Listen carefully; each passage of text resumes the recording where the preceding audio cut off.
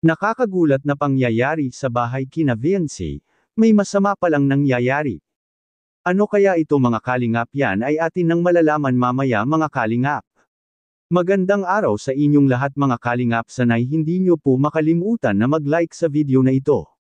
At paunawa tapusin muna ang kaboohan ng video na ito mga kalingap at para malaman ang nilalaman nito. At maraming salamat po mga kalingap sa pagpatuloy na pagsuporta lalo na kay Kuya Val Santos Matubang at Kalingap Rab. Naging abala nga ang Team Kalingap sa kanilang meet and greet doon sa Hong Kong mga kalingap. Dahil sa mainit na pagtanggap ng Kalingap partners doon at lalo na ang taga-suporta ng Team Kalingap. Ay nakaranas nga itong si Kalingap Edo nang ma-escorten ito ng isang Hong Kong pulis dahil sa dagsaan talaga sa kanya ang mga humahanga sa kanya at lalo na kay Viancy mga kalingap. Gustong-gusto sana ni Kalingap Edo na makasama si Viancy mga kalingap sa pagpuntang Hong Kong ngunit hindi lang ito nakaabot na matapos ma-process ang pasaporte ni Viancy mga kalingap.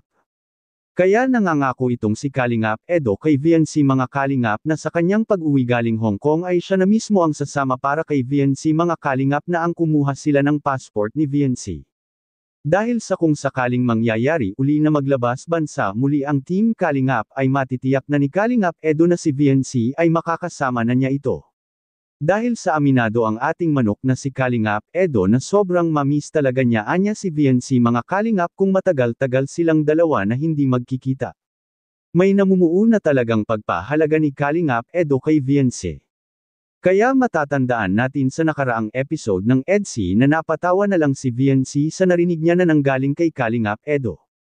Ngunit ang payo naman sa ating mga concern na mga taga-subaybay mga kalingap na sana anya ay mag-focus lang muna si Viancy sa kanyang pag-aaral at para matiyak anya na makapagtapos itong si Viancy mga kalingap. May punto naman ito mga kalingap pero kung sakasakali man natutuhanan ni Viancy at sasagutin niya si Kalingap Edo ay alam naman nating lahat mga kalingap kung gaano kabait na tao itong si Kalingap Edo. At sigurado kapag kung sila man ang magkatuloyin ay nasa mabuting kamay si Viancy at matitiyak pa rin na makapagtapos ito sa kanyang pag-aaral.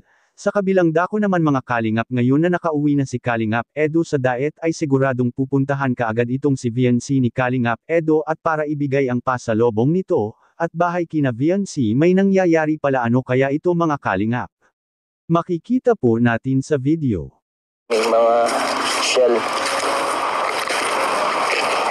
Siguro, ikaw, suwang-suwa ka na dito sa lugar na to, no? Pero ako, gusto ko dito. Marami na din po kasi nangyayari dito ay mga masasamang nangyayari po. Kaya gusto din na po namin na maglipat. Lalo na po pag nagbabagyo. Ang ganda mo